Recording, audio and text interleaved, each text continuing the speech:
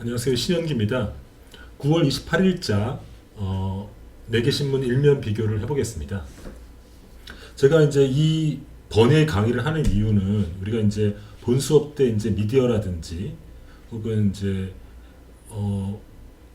그런 것들을 강의하는데 실제 보니까 여러분들이 미디어를 실제로 잘 접하지 않는다는 거죠. 신문이나 방송 같은 걸 잘 안 봐가지고 제가 하는 것에 대해서 잘 이해를 못할 것 같은 우려가 들었어요. 그래서 이제 직접 이런 것들 같이 보는 건데, 그래서 이제 제가 매주 월요일 날 이제 신문 일면을 보고 이제 여러분들과 같이 이제 지면을 같이 공유하는 시간을 갖는데, 아시다시피 이제 월요일 날 학교에 오면은 일이 많아요. 이상하게 그 주말 동안 쌓인 일 때문에 일이 많아요.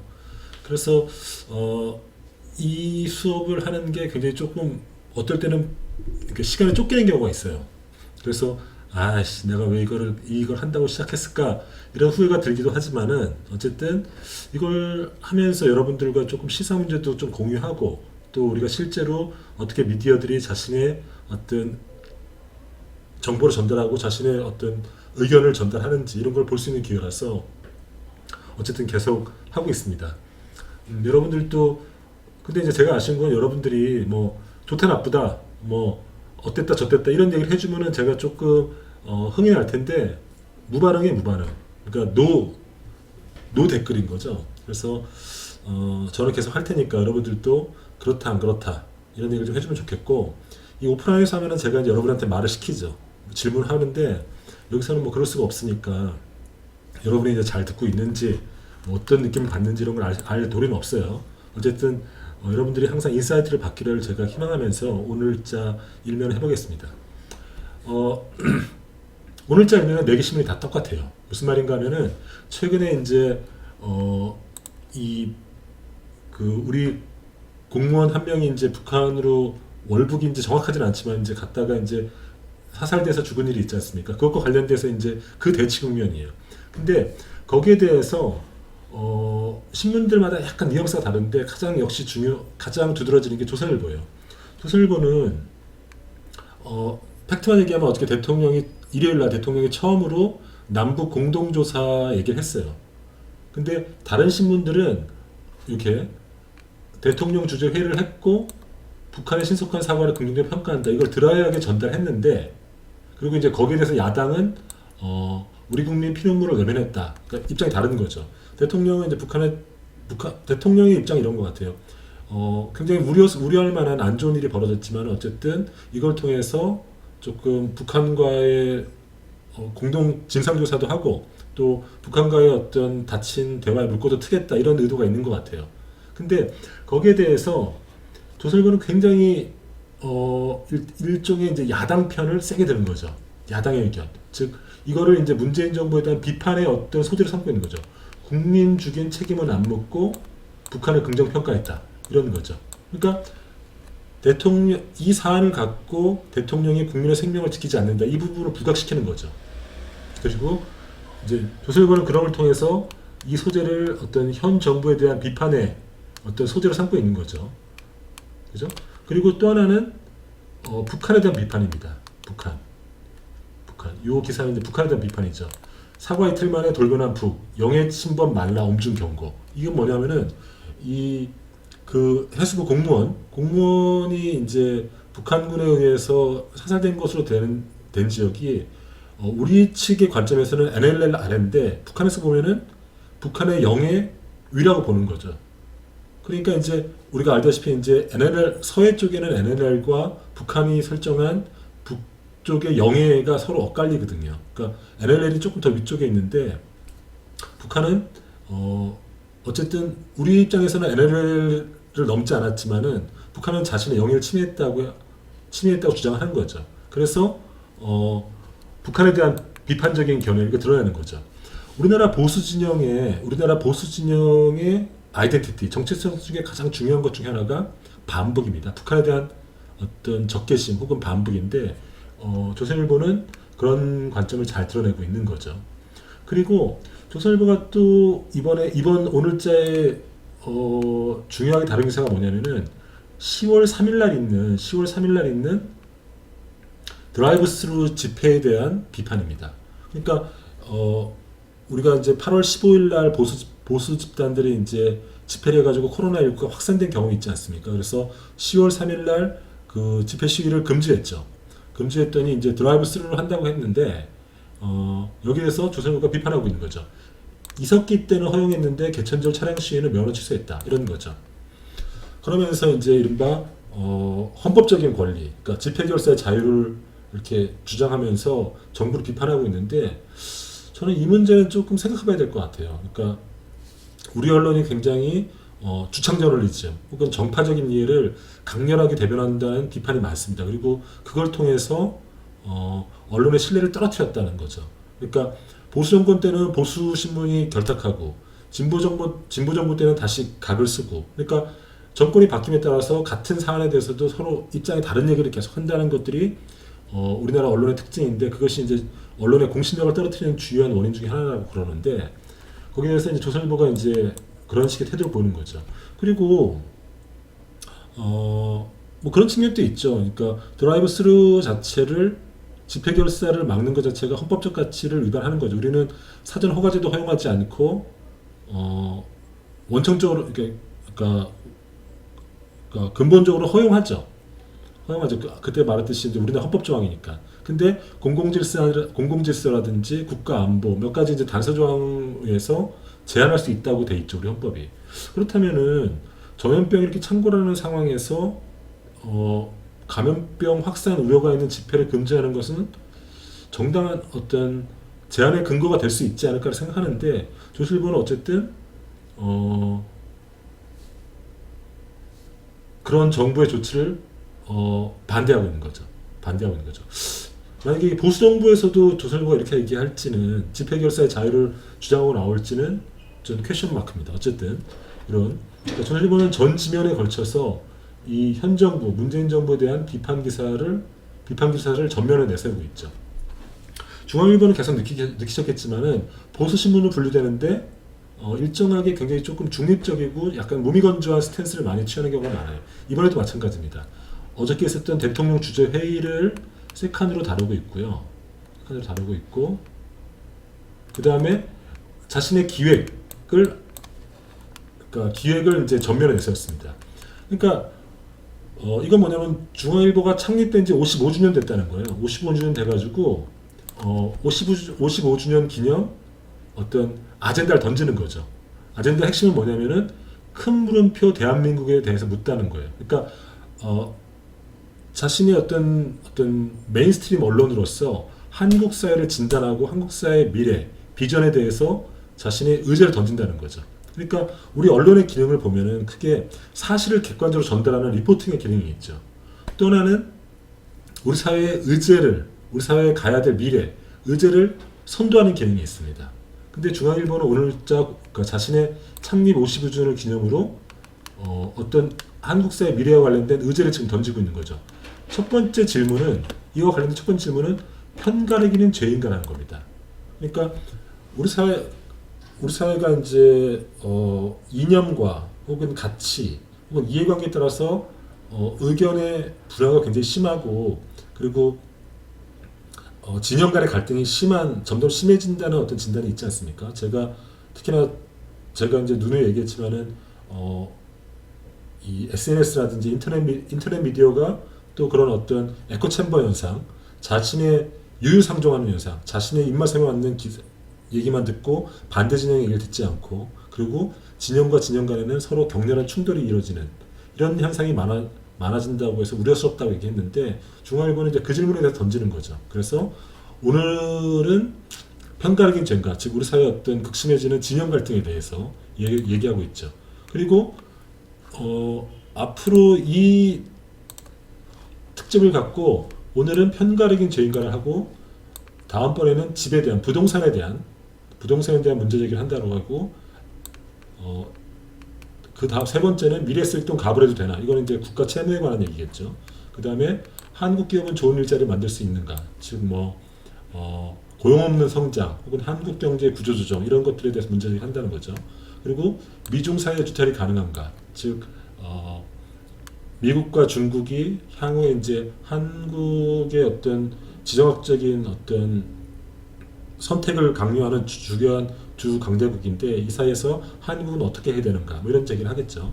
그 다음에 좋은 에너지 나쁜 에너지 따로 있나, 즉 이제 환경 문제라든지 에너지 문제 이런 거 던지겠다는 거죠.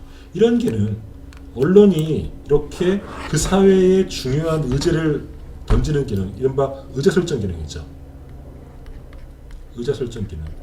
이런 것도 우리 언론의 중요한 기능 중에 하나죠. 특히 한국 언론의 경우에는 이런 식으로 언론이 앞장서서 어떤 아젠다를 주도하는 이런 식의 어떤 캠페인이라든지 의제 설정 이런 것들을 한국 언론이 많이 해왔죠. 주로 이제 그 계기는 정기적으로 하기도 하지만 이렇게 자신의 창립 어떤 이벤트가 있을 때 이런 걸 하고 있죠. 그럼으로써 언론이 특히나 이제 언론이 우리 사회의 어떤 주요한 오피니언 리더다 뭐 이런 것들을 각인시키기도 하고 뭐 그런 역할을 하는 거죠. 그래서 오늘 보수 신문들은 이렇게 조선일보는 이제 문정부에 대한 어떤 정파적 관점에서 비판, 그리고 중앙일보는 오피니언 리더로서 한국 사회의 의제 뭐 이런 것들 던지고 있죠. 그럼 진보 신문들은 뭘 했냐? 오늘 보면은 사실은 거의 내용이 같습니다. 보시면은 한겨레 경향신문은 거의 내용이 같다고 볼 수 있어요. 여기 있지만 남쪽이 공동조사했고 북한을 영해 침범하지 말라 이 기사가 탑이고, 심지어는 약간 뉘앙스가 다르죠. 하지만 어쨌든 기사의 소재는 같습니다. 정부가 공동조사 요청했고 남북 공동조사 요청했고, 근데 이제 이 그러니까 북한의 입장에 대한 전달은 약간 다르죠. 북한은 여기에서 주검찬으로 인도하겠다, 굉장히 협력적인 분위기, 남북 협력적인 분위기를 조금 좀 뉘앙스를 줬다면은 여기서는 북한의 영역에 침범하지 말라, 북한의 어떤 대결적인 걸 약간 부각시켰죠. 이걸 잠깐, 그리고 이제 요거 그러니까 정세균 총리의 어떤 인터뷰를 하단에 실은 구성, 이것도 이제 똑같죠. 그죠? 근데 이제 역시 정 총리가 인터뷰를 했는데 무엇을 이른바 핵심 이슈를 삼았는지는 또 양신문이 다르죠. 경향신문은 개천절 불법체를 단속하겠다, 이거를 핵심 이슈로 잡았고, 한겨레는 개각에 대해서, 개각의 가능성을 이제 에드벌룬 띄우는 거죠. 그죠? 그래서 같은 소재에 대해서 신문들이 진보 신문들의 뉘앙스가 약간 다르다는 것들. 제가 이제 이 신문을 볼 때 약간 조금 이해할 수 있는 조금 좀 맥락을 얘기해 주면, 우리가 보통 요쪽 부분 있지 않습니까? 다시 보면은 우리가 이제 보통은 신문사에는 어떻게 되냐면은 편집 기자와 취재 기자가 따로 구분되어 있습니다. 취재 기자는 현장에서 이런 기사를 쓰는 사람입니다. 이건 취재 기자의 목입니다. 그러면 현장에서 취재 기자가 여기는 취재 기자의 몫이죠.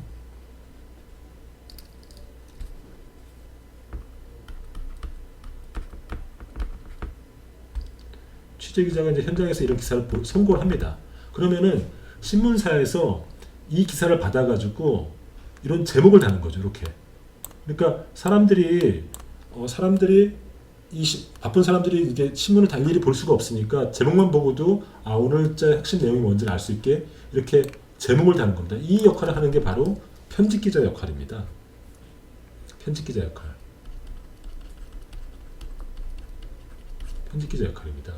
그래서 어떤 의미로 하면 이렇게 작은 글씨는 취재 기자가 쓰고 이렇게 큰 글씨는 편집 기자가 쓴다고 보면 되죠. 그리고 편집 기자는 이 역할뿐만 아니라 기사의 어떤 배치, 그리고 디자인적인 요소 이런 것도 이제 같이 하는 거죠. 그래서 이 한국 언론의 또 특징들을 보면은 요 취재 기자가 쓴 요 기사랑 편집 기자가 쓴 요 제목이 사실은 일치하는 게 맞죠. 요 기사를 반영한 게 요 제목이 돼야 되니까. 근데 어떤 기사들을 보면은, 즉 자신의 의견이 강한 기사들을 보면은 편집 기자들의 편집 제목과 기사의 내용이 불일치하는 경우가 굉장히 많습니다. 한번 여러분들이 나중에 기회가 있으면은 큰 제목 기사, 요 편집 기자가 붙인 요 제목과 기사가 얼마나 일치하는지 한번 꼼꼼히 보십시오. 그러면은 일치하지 않는 경우가 굉장히 많은데, 그건 뭐냐면은 여러 가지 이유가 있는데, 신문사가 팩트랑 다르게 취재된 내용과 다르게 특별히 자기가 할 얘기가 있을 때, 즉 우리 언론이 이제 주창 저널리즘, 자신의 어떤 팩트와 분리돼서 자신의 의견을 앞세우는 경향이 있다고 하지 않았습니까? 이 주창 저널리즘의 속성이 강해질 때 이 제목과 기사의 본문이 불치하는 경우가 많습니다. 한번 기회가 있으면 살펴보시죠. 그리고 경향신문과 한겨레신문은 이제 자신만의 독자적인 기사로 경향신문은 이제 조세지출 제도에 대해서 조세지출 제도란 뭐냐면은 정부가 국민들에게 재정을 쓰는 방식 이런 게 있는 거죠. 하나는 재정 지출이 있습니다. 즉 세금을 걷어서 그 세금을 쓰는 거죠. 뭐 우리가 보면 이제 긴급재난지원금 같은 거는 결국 재정을 직접적으로 현금을 쓰는 거죠. 조세지출은 뭐냐면은 재정을 쓰지 않지만 세금을 깎아주는 거예요. 그러니까 재정 지출은 거둔 세금을 쓰는 거고 조세 지출은 거둘 세금을 덜 걷는 거죠. 그러니까 국민의 입장에서는 가처분 소득이 늘어나는 효과는 똑같죠.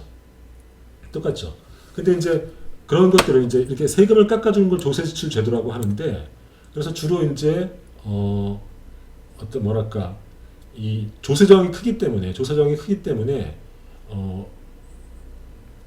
그러니까 미국이나 한국처럼 이제 복지국가가 작은 나라에서는 직접 세금을 걷어서 재정 지출을 하기보다는 조세를 걷는 것 자체에 대한 저항이 크니까 아예 세금 자체를 적게 걷어들임으로써 가처분 소득을 높이는 식의 어떤 조세 정책을 펴는 경우가 많거든요. 그게 이제 조세 지출 제도인데 그래서 이제 주로 그런 걸 운영해 오는데 실제로 봤더니 지난 3년간 사실상 조세 지출 된 거 거의 없다. 뭐 이런 비판을 하고 있는 겁니다. 약간 복잡한 얘기인데 관심 있으면 보시기 바라고요. 한겨레는 뭘 의제화 했냐면은 지난해 이제 헌법재판소에서 이제 낙태죄, 우리 형법상의 낙태죄라는 게 있지 않습니까? 그게 작년에 헌법 불합치 판정을 받았는데 헌법재판소에서 이제 불합치 판정을 받으면은 개정 법안을 만들어내야 돼요. 근데 이제 국회가 손을 놓고 아직 낙태죄를 대체할 법안을 내고 있지 않다. 그래서 빨리 낙태죄 불합치 판정을 받은 낙태죄를 대체법 빨리 해라. 이런 촉구하는 기자 여성계 원로들의 목소리를 냈죠. 그러니까 굉장히 좀 진보적인 아젠다를 내놓은 거죠. 그래서 오늘 그러니까 9월 28일자는 이런 식으로 신문이 다르다. 그리고 오늘 약간 여담인데 오늘 제가 굉장히 재밌게 본 광고가 있어요. 이 광고 한번 보시죠. 한겨레에 실린 이 광고. 이 광고는 뭐냐면은 우리가 이제 한우물이라는 정수기 회사 광고예요. 이제 한우물이라는 정수기 회사가 광고를 냈는데 그냥 정수기의 기능이라든지 정수기의 어떤 우수함 이런 걸 광고하면 되는데 굉장히 정치적인 내용을 냈어요. 뭐냐면은 하늘이 무너져도 우리 한민족이 살 길, 오직 우리끼리뿐. 우리끼리라는 거는 이제 북한 SNS 매체거든요. 그 다음에 미군은 떠나시오 이런 걸 냈어요. 그러니까 한우물이라는 어떤 중소 정수기 업체인데 이런 정치적인 색깔이 강한 광고를 냈어요. 그래서 나에게 굉장히 좀 의아하더라고요. 보통은 여러 가지 해석을 할 수 있죠.